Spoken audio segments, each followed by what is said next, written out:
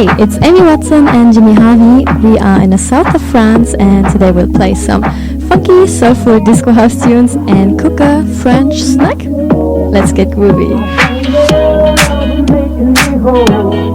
Didn't you open up your heart and shine on me, me.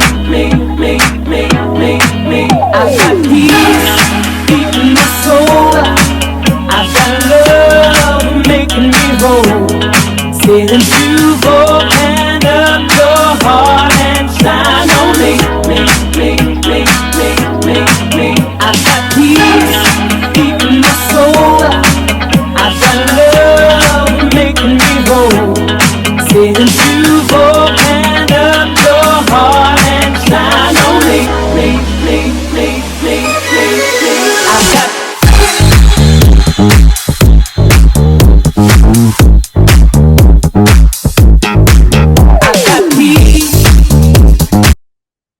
Greetings to everyone.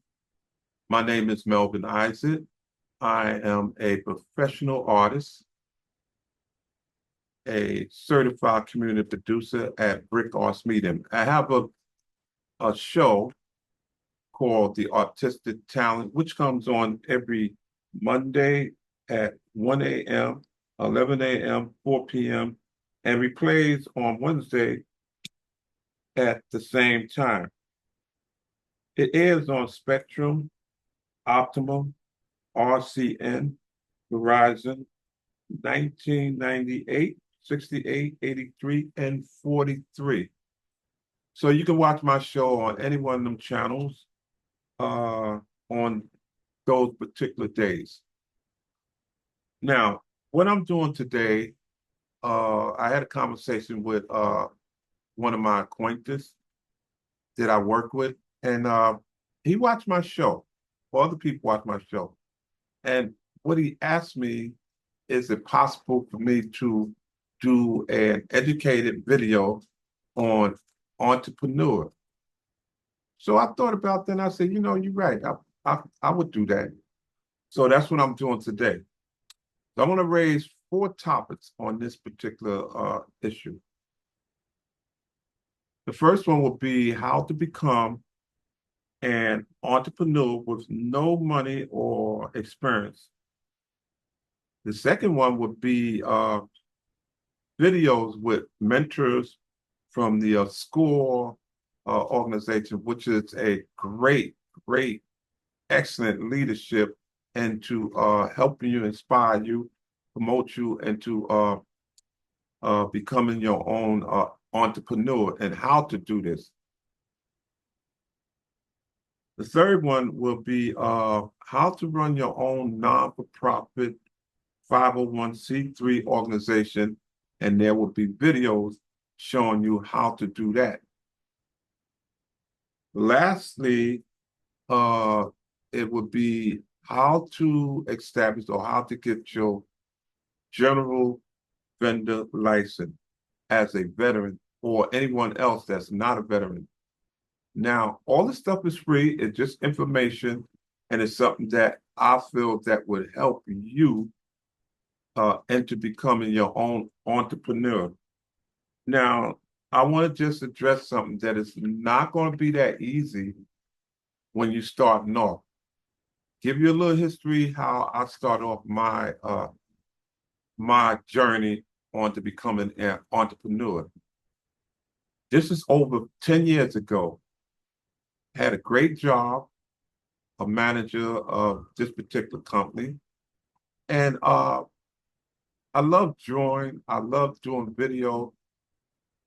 And after a while, I thought about that. I said, you know what? I would like to just take a leap of faith and run my own business.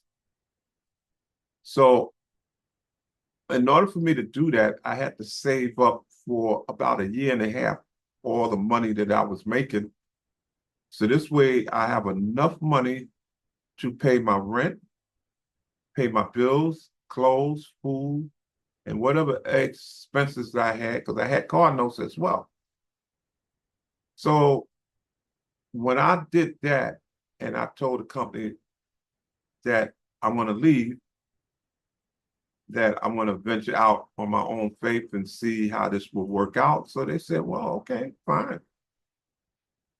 That was 10 years ago. And so far, I've been very successful, ups and downs, but still in all, I had enough money to help me just in case I end up not making it.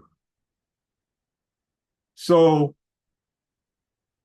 I want to give you that information first. So this way, anyone that's want to try to do their own entrepreneur, own organization, that you have to take these steps first. Just can't jump out there and you don't have no money saved up, and you don't end up winning, and you feel, uh-oh, I made a mistake. But if you do these steps first, you'll be okay. All right. So that was one of the major points that I wanted to make.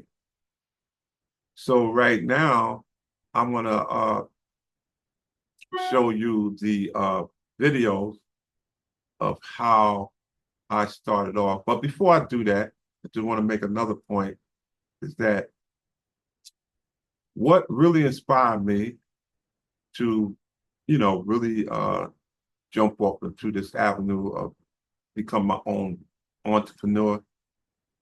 I went to, I go to get my hair cut at my major barber shop.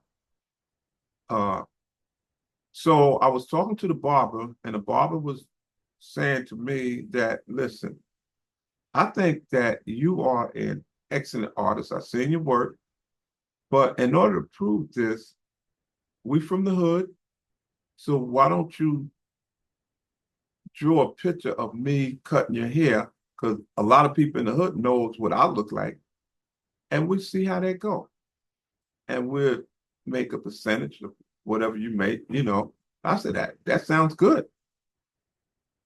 So we did that. We took a picture. He was cutting my hair, and drew the picture out. We posted onto his window and inside of his barbershop. By the time I got home, he was blowing up my phone. He said, yo, Mel, the whole neighborhood loved this, and they want you to do their portrait as well. Now, these are young people, young Black people that in the ghetto that let you know if you ain't good, they're gonna let you know what.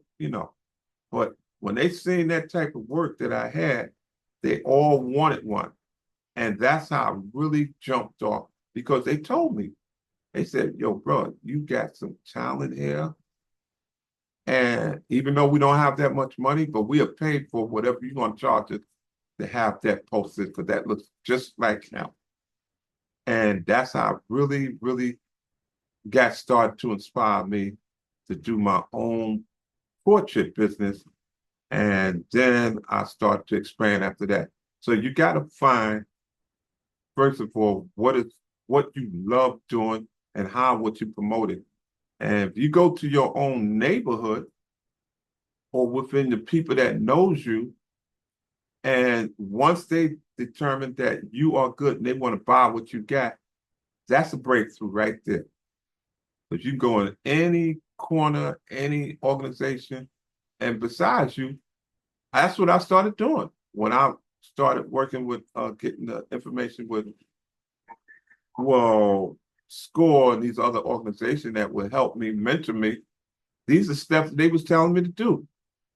So now I've been doing this for the last 10 years and I'm doing real good. So I think you could be doing the same thing, but you got to find your niche first. All right, enough of that. Just want to point that out to you. So now I want to run these videos and then I'll come back and give you some more tips. Hi, I'm Meredith from HubSpot, and today I'm going to talk about how to become an entrepreneur.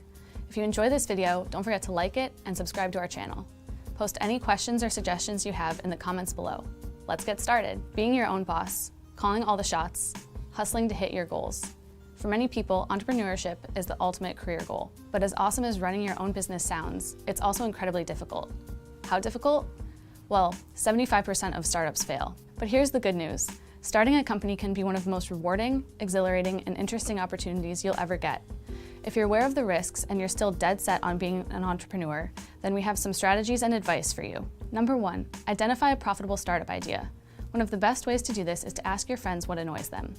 Founders get their inspiration from their frustrations all the time. For instance, Andrew Cortina and Ikram Magdan Ismail founded Venmo, which was later acquired by PayPal, after they had trouble paying each other back by check. With this in mind, ask your friends to keep track of the day-to-day things that annoy them, and look for problems you might be able to solve.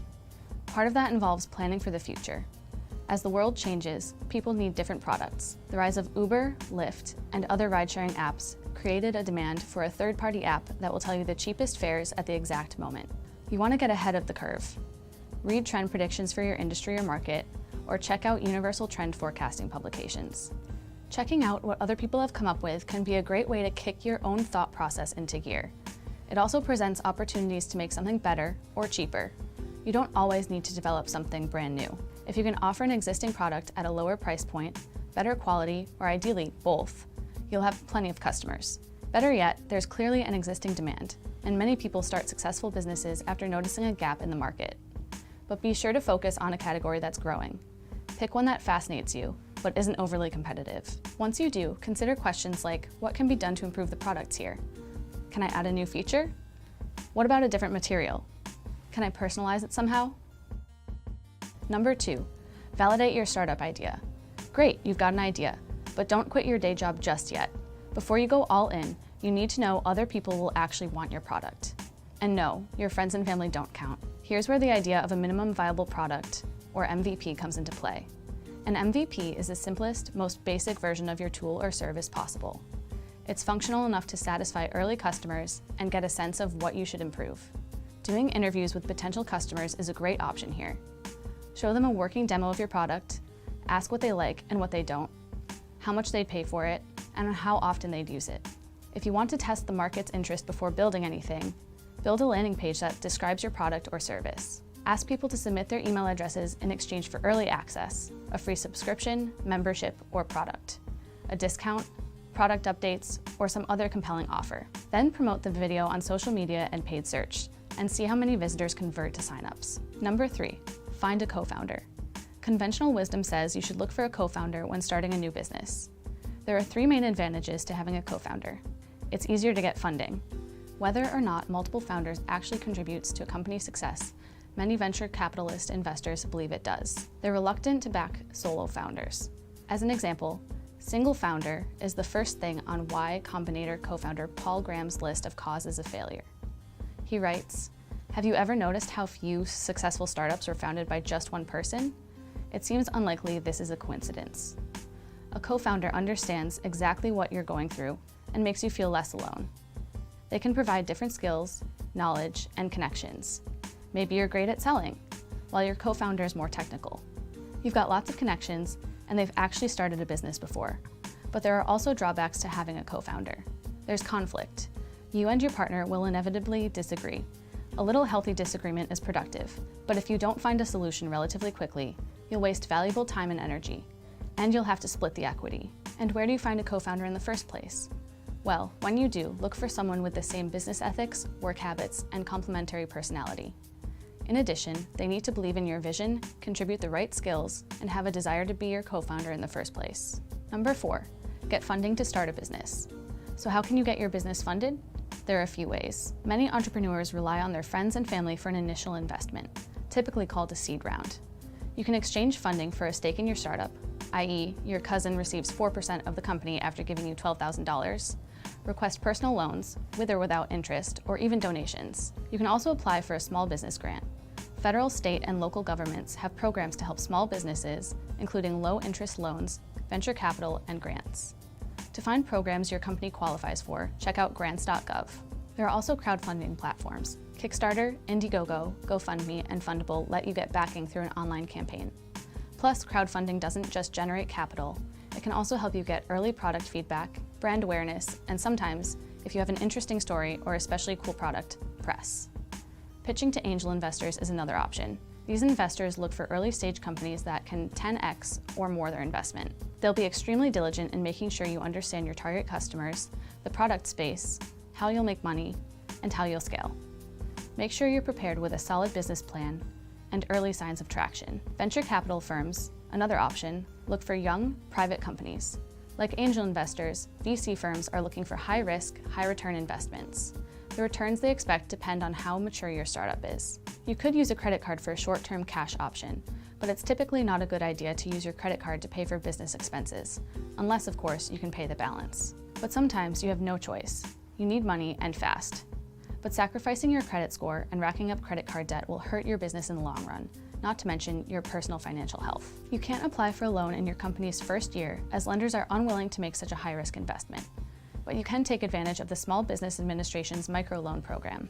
Small businesses can receive up to $50,000. The average SBA loan is $13,000. Micro lenders and nonprofit lenders are other options, which often seek out minority and disadvantaged entrepreneurs. Finally, you have the option to bootstrap it, which allows you, and your co-founder if you have one, to hold on to a much bigger percentage of the company. Some companies never raise funding at all. Their founders pay for initial costs by themselves, and then, when the company becomes profitable, its revenue covers all expenses. But keep in mind that you may grow less quickly without big infusions of cash. If you do decide to bootstrap, keep your budget as lean as possible to extend your company's lifetime. Number 5, incorporate your business. At a certain point, you need to decide whether you want to incorporate your business. As a sole proprietor, you and your company are considered to be the same entity. But once you incorporate, your business becomes separate from you. From a legal standpoint, your business can then buy and sell property, incur taxes, sue and be sued, set up contracts, and commit crimes. There are advantages to incorporating. First, and most important, a corporation protects you from business's debts and obligations. Creditors can typically only seek repayment from the corporation's assets and not your personal assets, like your house, car, bank account, and so on. You're also not legally liable for the corporation's actions.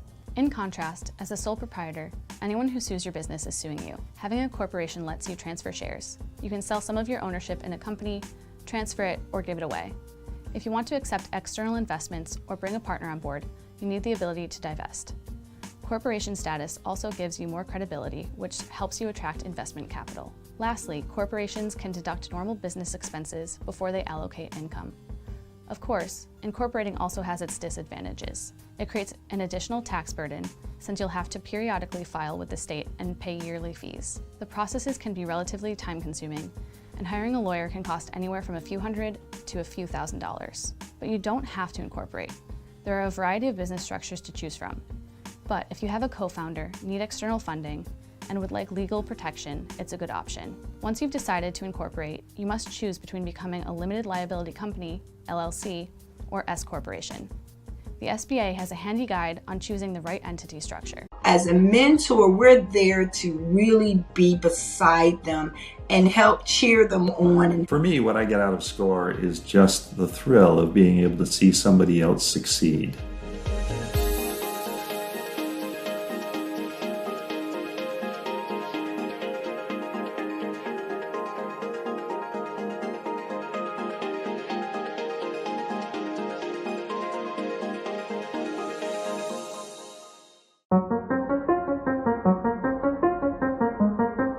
When I sit down with a client for the first time, one of the things I always say is, we're not going to solve everything today in this first session. What I do is I really make sure that they understand that the commitment is on their side. I'm here for you. However, we have to keep not just communicating, but effective communication. We are not here to promote our own businesses if we have them. The one thing I try to stress when I meet with a SCORE client for the first time is that we are now a team. I am in the stands and they're running that 200 meter and I'm waiting for them to cross that finish line to say, you know what, this business plan is done. And then I'm cheering them on to say, what's the next thing you want to work on? And kind of holding them accountable to what their desire for their business is and what they wanted to do. During the first session with a client, I always indicate that I don't know everything about everything, despite the fact that I tell my husband I do. So I tell him, if I'm not the right mentor for you, I'll help you find someone who is. I have a certain wheelhouse that I'm comfortable with, and let's see if it really fits into what your needs are. So I'll bring in another co-mentor or two as we progress, because we really want to look at their whole business, not necessarily just the one aspect that they felt they wanted help with. I always start a session with a new client by saying, as you know, there's a difference between being a mentor and being a consultant. If you were to hire me as a consultant, you would expect me to roll up my sleeves and work with you, and you would pay me for that. As mentors, we try to teach you how to do the things you don't know how to do already so you can use them to make your business successful. Eliminate expectations that are not realistic right away. And I think that's by being honest with your clients and telling them up front, hey, I will be honest with you. Convince them that they can succeed. That's what mentoring is about. And that's what will get you to enjoy your relationship with those people. So what qualities does a SCORE mentor need? I find the biggest quality is a genuine caring for the individual that they work with. If they really do care, they have that genuine caring attitude. That is number one in the book. When I came into SCORE, I expected there to be a multi-step process that every client had to go through with SCORE. To my surprise, there wasn't such a process. The process was to listen to our clients and find out where they're at. And what a freeing thing that is. So many new clients don't have an idea. And you're listening to try and determine what is it you really want to do. And that's what you're trying to help them focus in on. When I'm talking with a client for the first time, especially those who are just sort of putting that voice to the idea, I want them to understand that we are now a team, and I am going to be a cheerleader for them and encourage them as much as I possibly can. You know, as a mentor, the first interaction I have with new clients is to create a bridge and a bond between us and a comfort level so that they're very comfortable in talking to me about what it is they want to do. One of my roles is to convert a one-shot client who thinks he or she has a simple question into a long-term client. We strive to make sure that a client who gets assigned is responded to within 24 hours. The rule is basically 48 hours, but we try to say 24 hours. Clients like us want to have a good line of communication, so they need quick response from SCORE mentors, and they need to feel like they're being heard. From the client's perspective, as a client, I wanted to feel heard. I wanted to know that when I went to my mentor, he or she listened to me. With my clients, I make sure that I reach out to them any way as possible, like emails. And I just ask them, what would be the best way for us to communicate? When I get emails from people, I respond right away. I don't want them to sit and wonder what happened, did it go through or not? So it's important to me to set up a line of communication as rapidly as possible. It's such a great back and forth. It isn't in one direction. We learn from our clients, and our clients learn from us. And I feel that I'm constantly growing now as a person, as a SCORE mentor. As mentors, we have to make sure that we're continuously delivering a great experience for our clients. Mentors at SCORE are evaluated automatically by our system, by the Engage system, so that when we put in our first session and our fourth session with a client, there's automatically an email that's generated and sent to the client. Did you listen to their problem or their challenge? Did you give them good information or good insight? And were you empathetic, and were you able to provide knowledge and empathy and utilize the SLATE method to assist that client? And I find it really valuable because I learn the things that I'm doing well and the things that I could use improvement on. And the next time I feed that back into my mentoring sessions. Well, Lenore is one of my favorite clients since I've joined SCORE, which was in 2017. She was in one store selling her spices when we started mentoring. Now she's in dozens of stores and selling online. Gary has a really wonderful network. He's very well connected. And so whenever I have a challenge that he doesn't immediately have the answer to, he's able to pull from his wide network to help me help provide solutions. Weigh the pros and cons of things, and then I'll leave it to her to make the decision, but we've sort of explored all the various options that are out there, and then she has a little better framework from which to make a decision. Without having such a strong system, SCORE and SCORE mentors, K&K Painting and More would not, I can promise you that, would not be where we are today. My SCORE mentor, Lloyd, he actually cares about my business. He cares about my welfare. I listened to what John needed. And in turn, John heard me. There was just this natural affinity for each other. He cares that I'm successful. He listens to what I have to say. Not just, listen, okay, this is what we're going to do, but listens with great intent. And challenges me many times on my own thought process. I think the success of the relationship between John and me was that we clicked.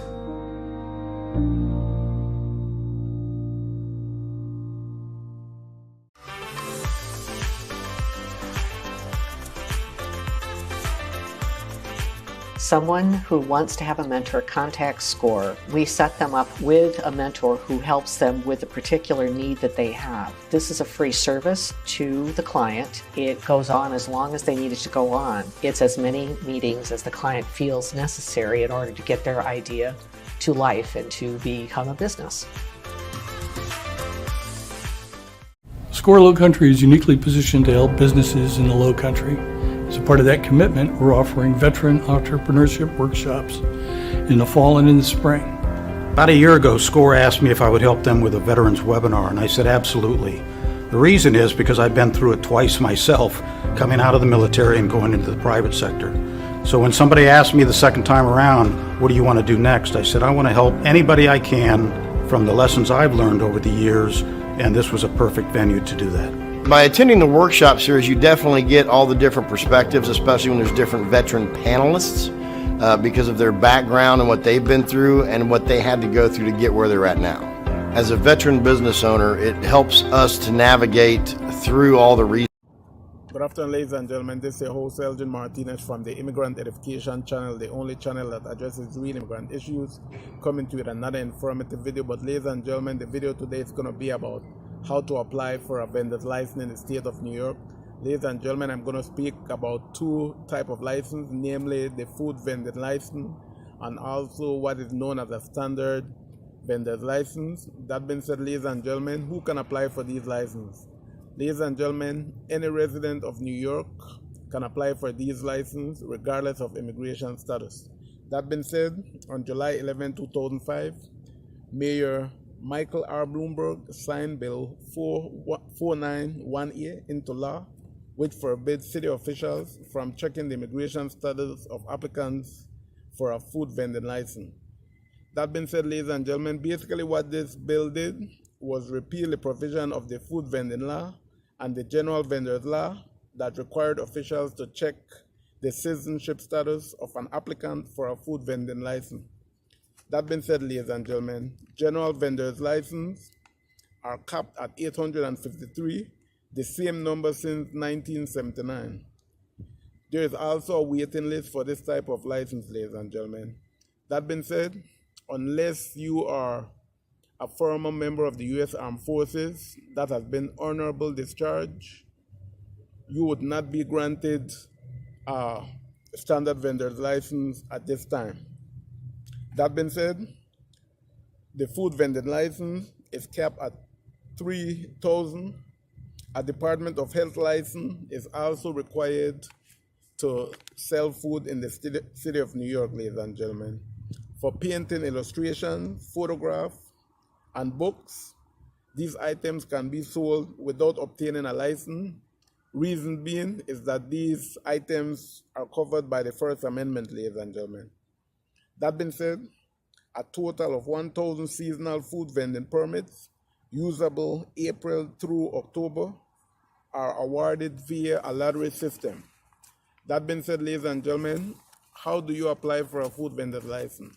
Ladies and gentlemen, a food vendor's license, ladies and gentlemen, allows you to sell food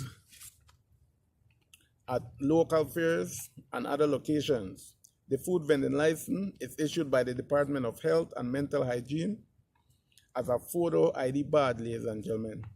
Before applying for this license, you are required to apply for what is known as a New York City Certificate of Authority to collect your sales tax. Ladies and gentlemen, after applying for the certificate, it takes about 20 days to receive your certificate after applying online. That being said, ladies and gentlemen, you are also going to need to pass a food protection course before submitting your application for a license. Furthermore, ladies and gentlemen, applicants are also required to register and pay the course fee at the same time they apply for a license. In addition, ladies and gentlemen, you are required to provide proof of home address when you apply for a license. If you don't have a proof of home address, you are required to provide a complete affidavit of the home address for your license application. That being said, ladies and gentlemen, you are required to provide a valid government photo ID, i.e. driver's license or passport, etc. In addition, ladies and gentlemen, no fees is charged to applicants with honorable discharge from the U.S. Armed Forces. That being said, those applicants will be required to show a copy of their DD-214 discharge document. This benefit, ladies and gentlemen, is also available to a surviving spouse or domestic partner of a veteran with this proof. That being said, ladies and gentlemen, we've come to the end of this video. Please share, like, subscribe, hit the notification bell. Last but not least, thanks to all my viewers and subscribers. That being said, ladies and gentlemen, to apply for the standard vendor's permit, you can apply online or you can go to 42 Broadway here in Manhattan, New York. How to form a 501c3 nonprofit corporation. A nonprofit corporation is purpose-driven, a company whose goal is not to make profit for themselves. Typically, they are an organization that wants to make money in order to help further a social cause or provide a public benefit. 501c3 nonprofit corporations are tax exempt, allowing them to maximize the amount of funds being put towards a social benefit or cause.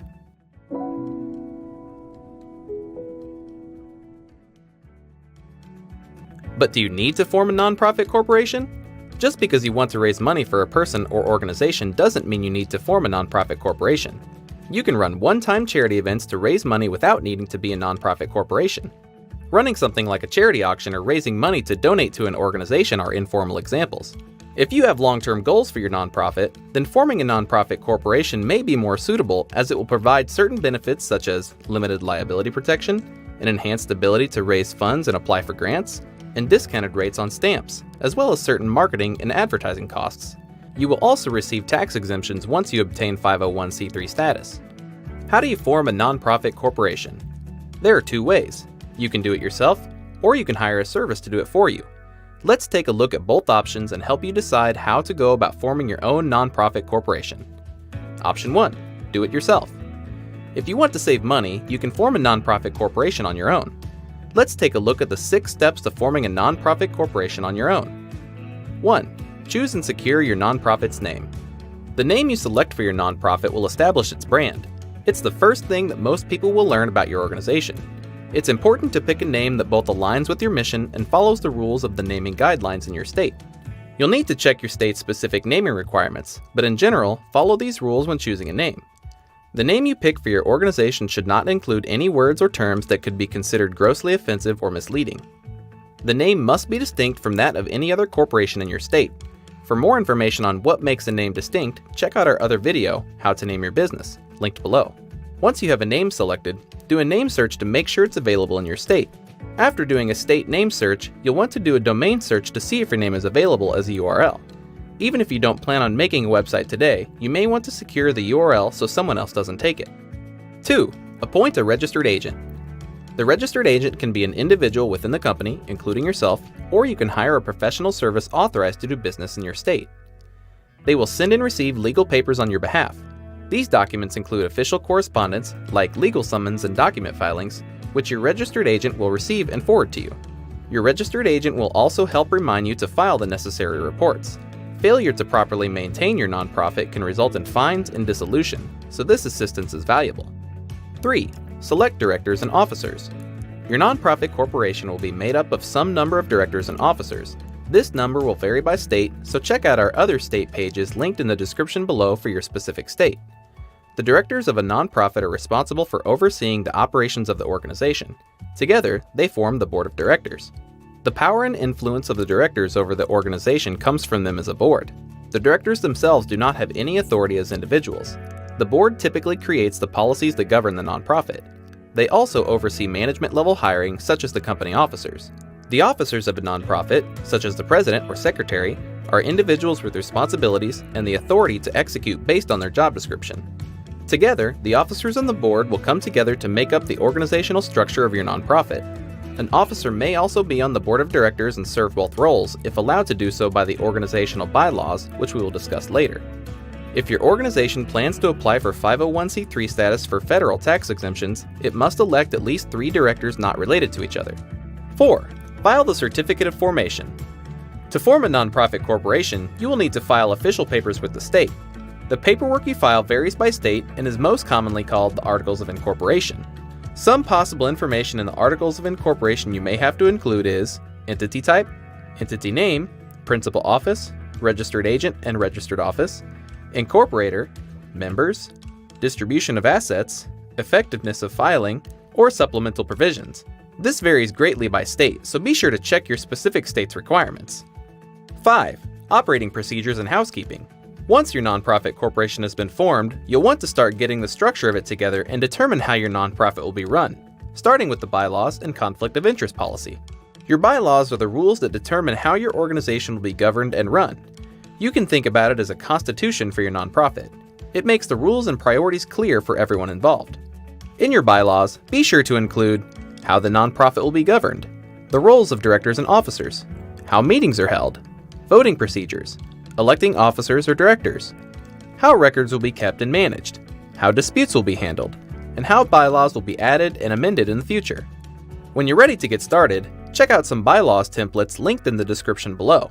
The conflict of interest policy are the rules set to ensure that decisions being made for the nonprofit are based on what is best for the organization and not being motivated by what is best for individuals. You'll want to make sure you have a draft of both the bylaws and conflict of interest policy before your organizational meeting. We have templates of both bylaws and conflict of interest policy linked in the description below. An organizational meeting is the first official meeting of your nonprofit. Some of the things that are discussed in a typical organizational meeting are taking attendance to show you have a quorum, appointing temporary officers and chairmen, adoption of bylaws, and adoption of conflict of interest policy. It's important to record minutes of the meeting and have it signed by all attending directors. We have some corporate minutes templates linked below to help you get the ball rolling. After your nonprofit has been formed, you'll need to apply for an EIN or employment identification number. An EIN is like a social security number for your nonprofit and is used for things like filing for 501c3 status, opening a bank account, applying for tax-exempt status, and submitting tax returns. For more information on EINs, check out our other video linked below. Depending on your state, you may also need to apply for a state tax identification number. You will use this for submitting state income and sales tax as applicable for your organization. 6. Apply for 501c3 status, federal tax exemption. What is federal tax exempt status and why do you want it? When a corporation generates income, that corporation has to pay a federal income tax.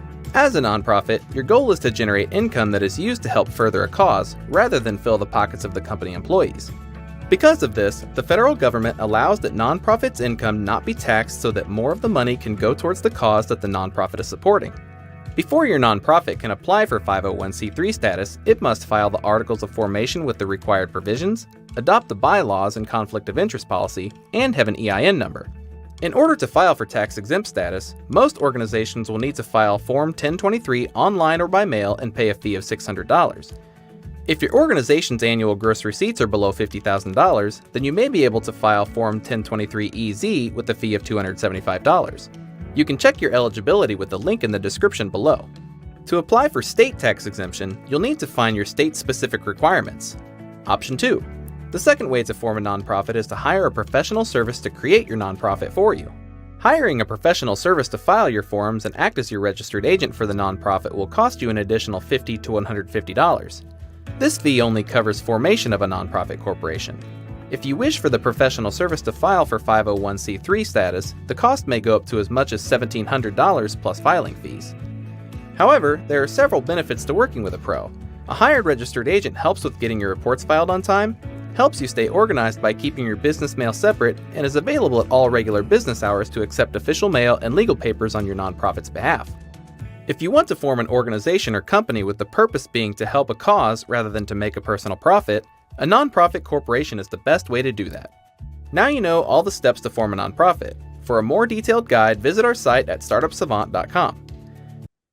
I hope you enjoyed the video and also the information of inspire you to become an entrepreneur, to establish your own 501c3 organization. As a veteran, how to obtain your veteran general license, and even if you're not a veteran, how to obtain your general license as well. I'm really pushing you where you can look at or go to SCORE, because SCORE, the one that helped me out, they have great, fantastic, these people are well established, they're business owners, and they're mentors, and they can help you help yourself and to become a entrepreneur. Because sometimes we don't know what we want. So they will help you find out or make up your mind and direct you into the right direction of becoming an entrepreneur. So I'm going to stress that again. Please, SCORE, you can look them up, is the one to go to, and I got the videos that you're just seeing, and get in touch with them, and they will guide you much better into becoming your own entrepreneur. So there you go. The other things that I want to direct you on is how to get back to me. First, you can see me on I'm on Instagram under Black Art Perspective. I have my own website, which is www.blackartperspective.com. Email is misahc718@yahoo.com. I'm a member of the Fulton Art Fair, and their website is www.fultonartfair.net. All this information I will put across where you could see it. I'm also familiar with the Dorsey Art Gallery. And what else we got? Facebook, YouTube, you will see me on all these different channels. So again, I am very pleased and happy that you came to my page or came to my video or came to my show to listen to all the inspirational things or become inspired of you becoming your own entrepreneur. Now remember, I comes on every Monday, 1 a.m., 11 a.m., and 4 p.m. And it repeats back on Wednesday at the same channel, same time. Now the channels are Optimum, RCN, and Verizon. and it's on 1998, 68, 83, and 43. So watch these channels. You'll see me on there all the time. And again, I'm always looking for talent, young talent. I like to inspire them, become their own entrepreneur, become their own, have them, educate them on what they can do. And even come down here to where I'm at the Brick Arts Medium, and become a producer and run your own show. Inspire other young people to get where you are at right now. So yes, please, please.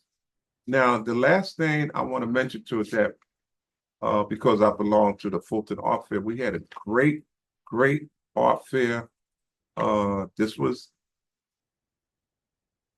about a month or two ago, and it was on Fulton Street, across the street from Boys and Girls High School. It was in the park, and we do this every year. We call it On the Fence. And you can look at the website at the Fulton Art Fair website.net, and you'll see all that information, or you'll see us, the pictures and the video on there, artists speaking. So please be around inspirational people, especially if you want to do whatever you're doing to inspire yourself. You can inspire your other people, but please, please, please follow me, watch what I'm doing. That would help you out, and you can help somebody else out to help them become a entrepreneur, a great person, and even for your family or your community. So anyway, that's it for me. My name is Melvin Isaac. I'm a professional artist, a community, certified community producer at Brick Arts Medium, which is in downtown Fulton Street in Brooklyn. And I have my own show called The Artistic Talent. And that comes on every Monday, 1 a.m., 11 a.m., and 4 p.m., and it repeats on Wednesday. So you can watch me on channel 43 on the Brick channel. All right, so that's it for me. And hopefully we will see you later. And thank you again for watching my show and be inspired by me. Bye.